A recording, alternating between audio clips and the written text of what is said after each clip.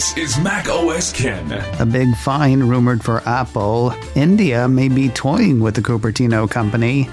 And cool headphones that you can't have.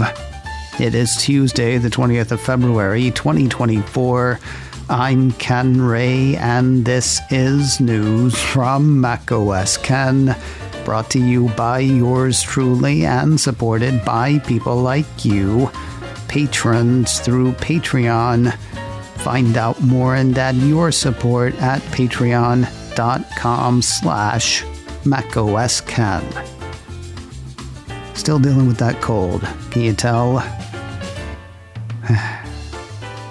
You didn't hear it from me, but it sounds like the EU is about to fine Apple over $500 million.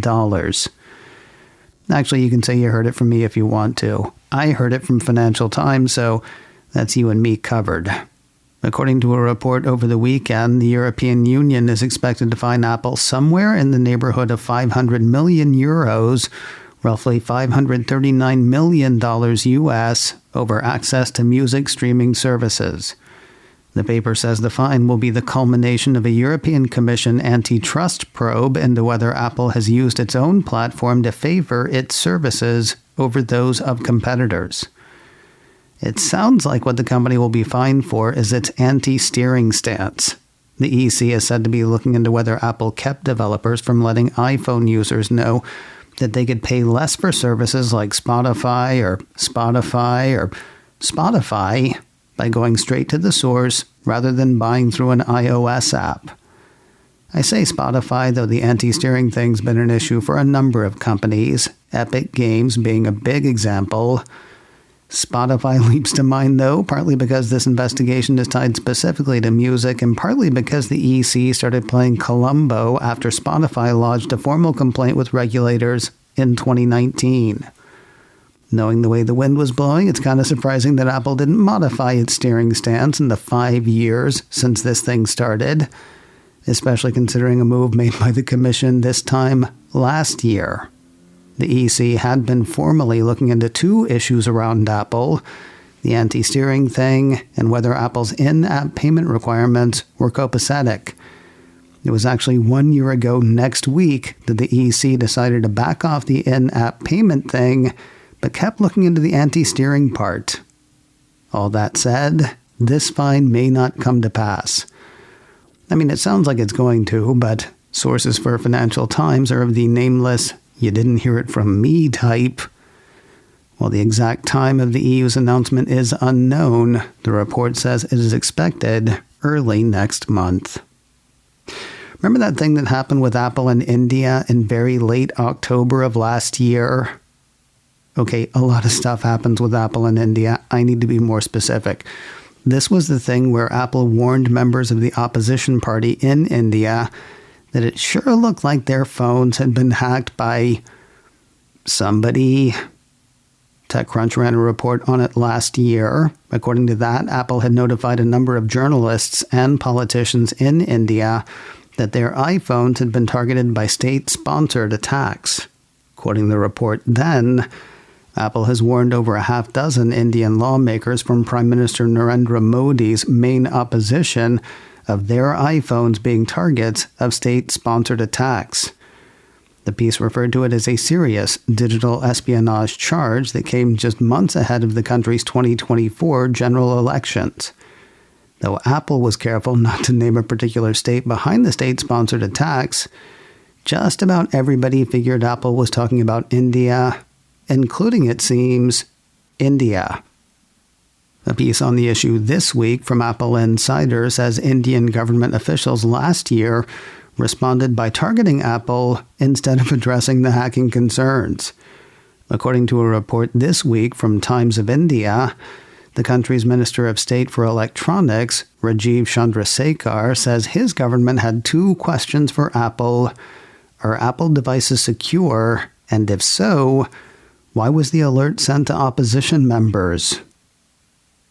Wow, you're really going to make them say it? This is all coming up again this week because Chandrasekhar is bringing it up again this week.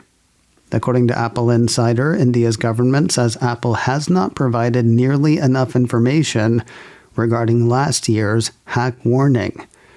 The Times of India piece has Chandrasekhar indicating that CERT-In, the Indian Computer Emergency Response Team, told the government last year that Apple's notification had nothing to do with the state-sponsored attack.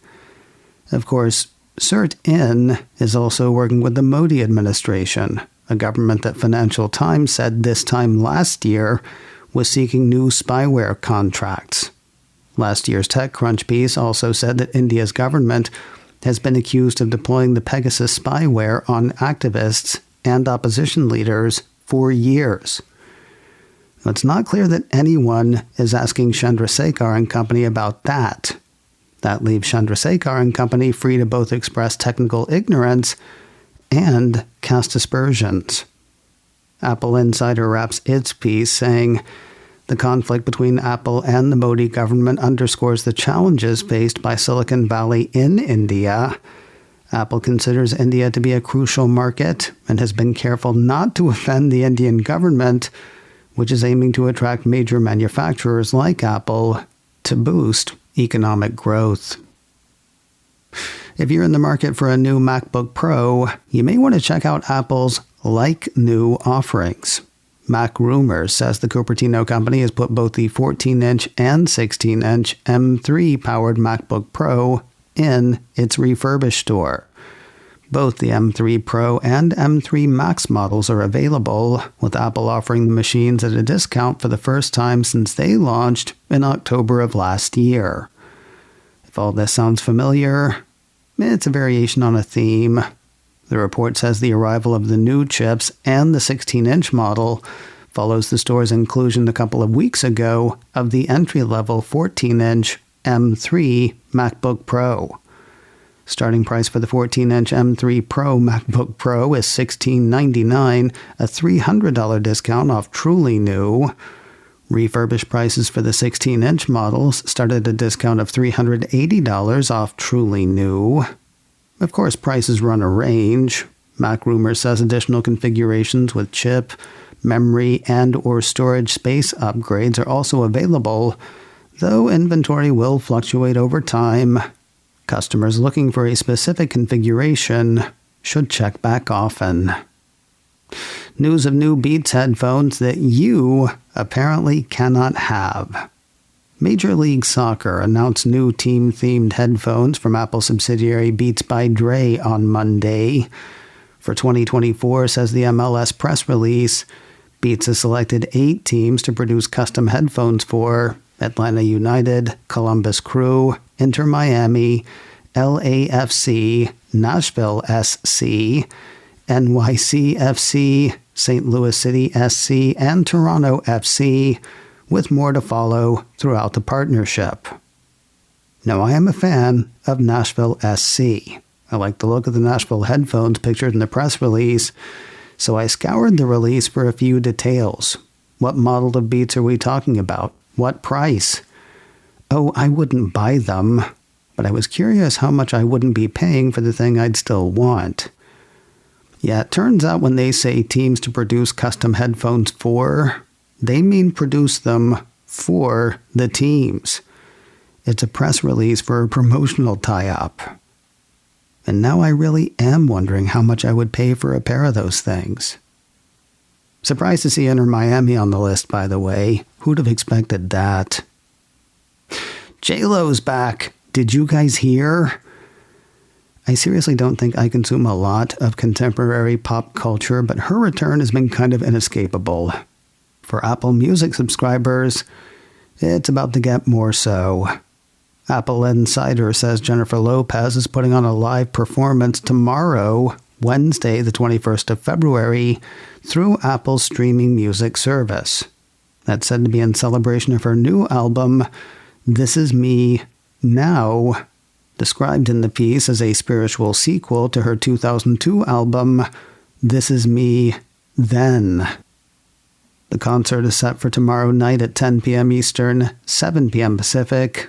This Is Me Now is available now in spatial audio on Apple Music. Masters of the Air is locking in viewers for Apple TV+. That is the word from Apple to Variety. The Cupertino streamer says the series launched with more viewers in its opening weekend than any Apple TV Plus series ever has in its first season. And it looks like those folks are sticking around. Remarkably, says Variety, following the premiere of Masters of the Air, viewership across all of Apple TV Plus climbed by 65% worldwide when compared to the previous 7-day period. The streamer also maintained double-digit growth across more than 100 territories.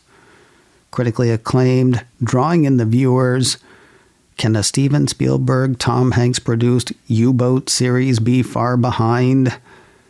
Yeah, I know Tom Hanks did Greyhound, but this would be different. Masters of the Air is a 9-part series. Part 6 premieres this Friday, the 23rd of February. The series wraps on the 15th of March, and I gotta say, I hope we win. I got a good feeling. I think we might win.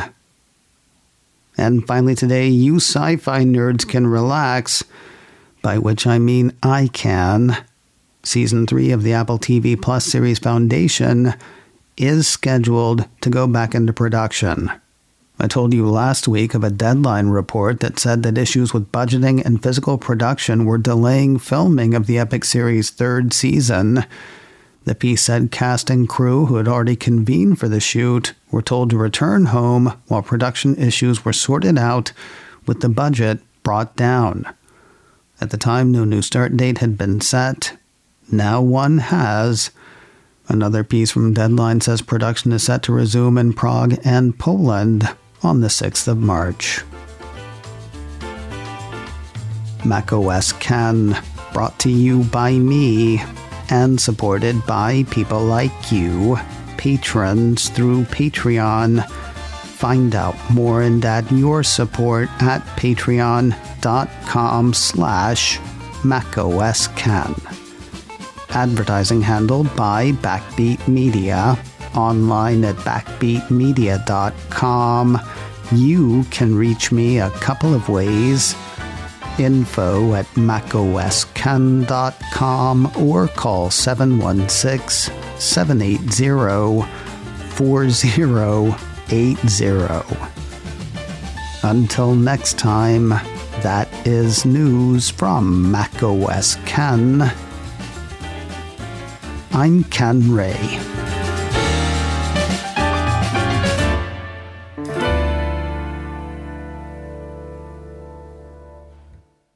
Ciao.